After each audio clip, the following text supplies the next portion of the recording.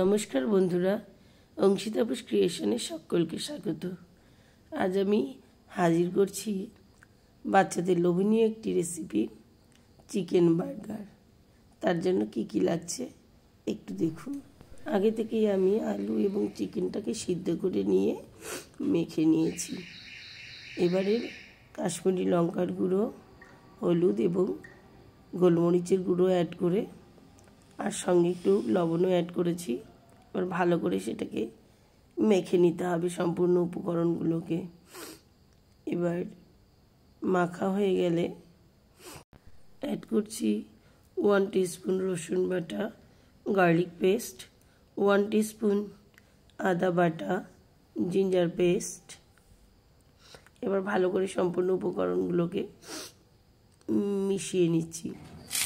এবারে একটি ফ্রাই প্যানে সামান্য সাদা তেল দিয়ে তাতে পেঁয়াজ কুচি দিয়ে সমস্ত উপকরণটি ভেজে নিতে হবে।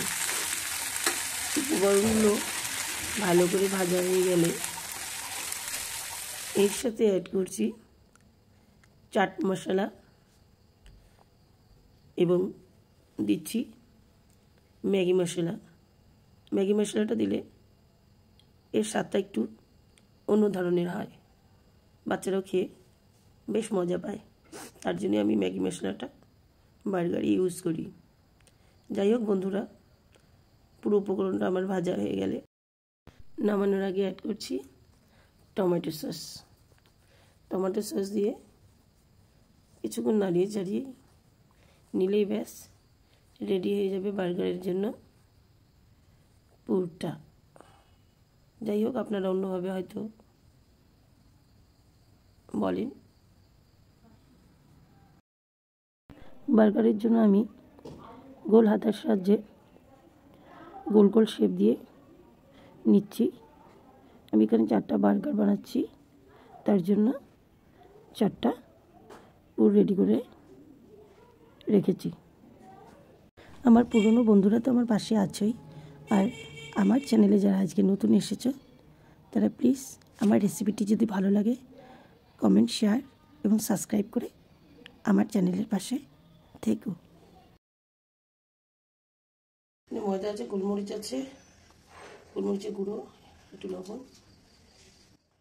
ফ্রাই প্যানে সাদা তেল গরম করে সেই চিকেনগুলোকে এক এক করে দিয়ে দিচ্ছি। গ্যাসের ফ্লেমটা এই মুহূর্তে লোতে থাকবে।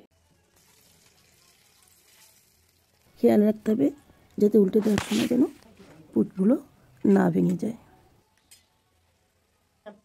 আমি এবার বনগুলোকে এক এক করে 2টো পার্ট করে নিলাম, নিয়ে একটি ফ্রাই প্যানের মধ্যে সেগুলো একটু সেঁকে নিচ্ছি হালকা লাল লাল করে, যাতে পুড়ে না যায়। সেটা কিন্তু বন্ধুরা খেয়াল রাখতে হবে।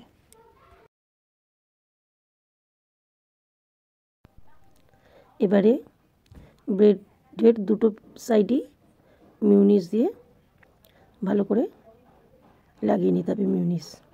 এই মিউনিসের উপরে একটু টমেটো সস দিয়ে দিলাম, দিয়ে সেটাও সম্পূর্ণরূপে স্প্রেড করে দিচ্ছি। এর উপরে দিচ্ছি আমার সেই তৈরি করা পুরটা, চিকেন দিয়ে যেটা তৈরি করেছি। দিয়ে দিচ্ছি চাট মশলা এবং টমেটো সস। এরপরে এক এক করে সাজিয়ে নিচ্ছি গোল গোল করে রিংয়ের মতন করে পেঁয়াজ ও শসা।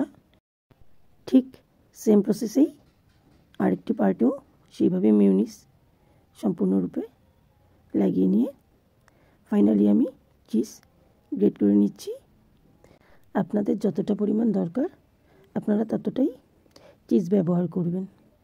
এরপর অপর পার্টটা দিয়ে ঢেকে নিয়ে এবার একটা ফ্রাই প্যানের উপরে সামান্য বাটার দিয়ে নিচ্ছি।